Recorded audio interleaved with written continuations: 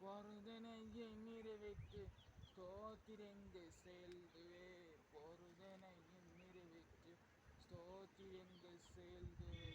ஆராதித்து உம்மை உயர்த்தவரே. நம்பு கப்பா உந்த பிள்ளையே. ஆராதித்து உம்மை உயர்த்துவரே.